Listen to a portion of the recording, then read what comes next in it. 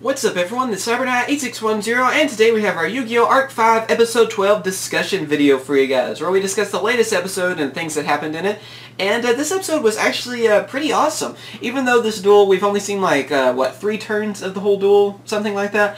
It was pretty awesome. Of course, it is evidently Yuya versus Reiji. I think I called him Renji by accident last time. Sorry about that. But yeah, this guy, the different cards he used and everything is just freaking awesome. So we're going to go through that. Let's see. First off, he's using, of course, the DD archetype, or different dimension archetype. I was wondering if it was actually different dimension, or if they were kind of trying to do something new with that, or what. But it is actually that. And we also learned that the DDD actually means different dimension demon. I was wondering what that stood for. I don't think anyone really knew about that until this actual episode. So that was kind of cool. I like that. And evidently the different dimension demons are the stronger different dimension cards. And we find out that Reiji actually has a lot of skill. Like, he basically is using every type of card, which is freaking awesome. Although, a little disappointed on one thing, which we'll get to here in a little bit.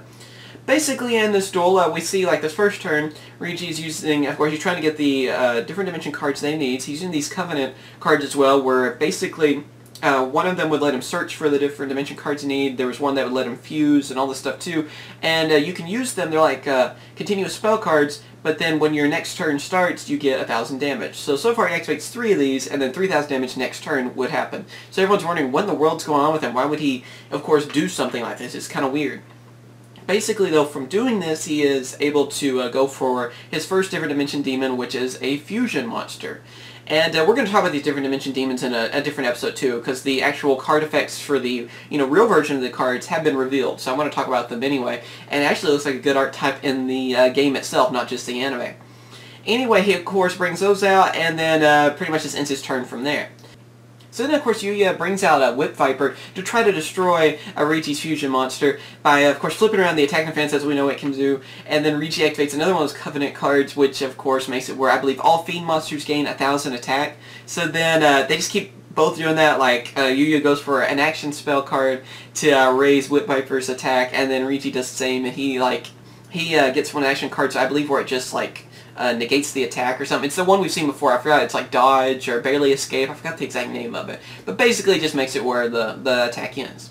And then, of course, well, Yuya's thinking, well, all I have to do is basically just end my turn, because it'll be 4,000 damage. With the 4 Covenant cards, they each do 1,000 damage, whenever your turn starts again. So, of course, that would just make Reiji lose.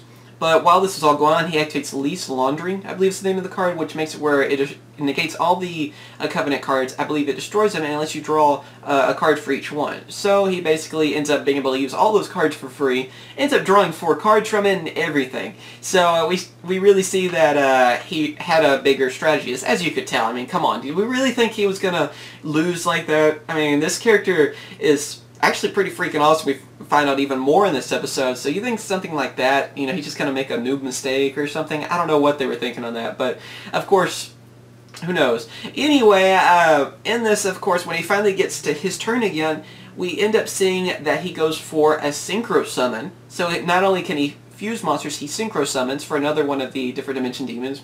And then after that, he uses monsters to bring out an Xyz monster, another different dimension demon. So we find out that Reiji can, of course, fuse, Synchro, and Xyz summon. Something that evidently is, like, really crazy to do. I guess they would, it's just kind of funny to think of that in the anime, how, I guess you just go to school, of course, for each one. That's what you mainly do. So he's actually smart enough, being on a pro level, and able to go for all the summonings. And of course, in the next episode, evidently he can also pendulum summon, which of course, I figured that a long time ago, that Yuya, wasn't the only one that could. I figured out that Reiji would be able to pendulum summon because of how he was able to for Shingo in that one episode where he basically pendulum summons for him when he's talking to him through his ear and everything. So I kind of figured that he also had pendulum monsters. And of course it's been revealed that a couple of these different dimension cards in the actual card game, of course, are pendulum monsters too. So we're going to see more of those next episode.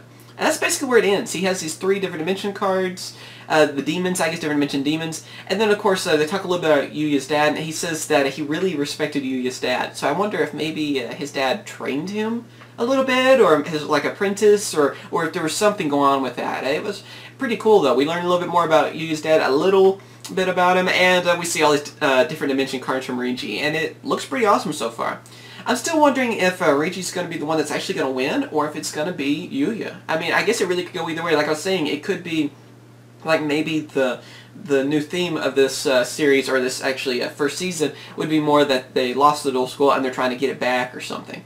And that's what I'm kind of wondering what it's going to do, because I have a feeling that Reiji's going to end up winning, and then that's going to teach Yuya to learn more, get stronger, and then end up coming back to challenge him, kind of thing. Or they could just go the other way and, you know, main character win. I don't know. I'm kind of hoping, though, they end up where Reiji wins, because I want to see Yuya get a lot stronger. Maybe, you know, that's how he learns about this other, like, Dark Yuya, or whatever you want to call him, and learns how to exceed summon, and maybe he'll even end up learning how to fuse and then synchro and exceed as well as pendulum summon, just like how Reiji does. Not sure, but just kind of a theory that I'm wondering on.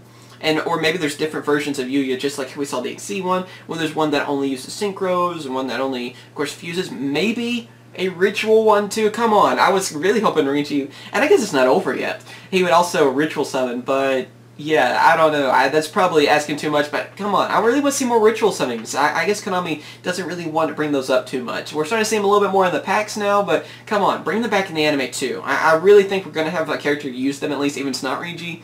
But I was really hoping he would too. I mean, just bring out every summoning you can. You know, even bring out some Geminis and Tunes. You know, just go crazy with it. But yeah, I know that's asking too much, but I just think it would be really funny. He's already freaking summoned all those different types of cards just that easily, so it would be kind of hilarious to see that as well.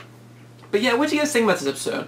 What do you think will happen? Do you think Reiji will actually end up winning, and you think he'll go with that? Where Yuya will have to end up, you know, getting the dual school back? Or you think it'll just be Yuya will win, and then we're going to just learn more about the Dark Yuya, I guess? Tell me what you guys think, what your theories are about how this episode, how this series, I guess, will go. And, yeah, I can't wait to see more of this. Actually, I'm still really enjoying the series so far. I was wondering about this, of course. I think we all were so far with Arc 5, and I can still say that I'm really enjoying the series. I've been enjoying watching it, and I can't wait to see where else they're going to, you know, what else they're going to do, and hopefully we're going to see more older archetypes still. I still think that was awesome how we saw, you know, Gem Knights and all that, too. So I can't wait to see what other older archetypes we could possibly see. As always, thank you for watching, and of course, I will catch you guys later. See ya.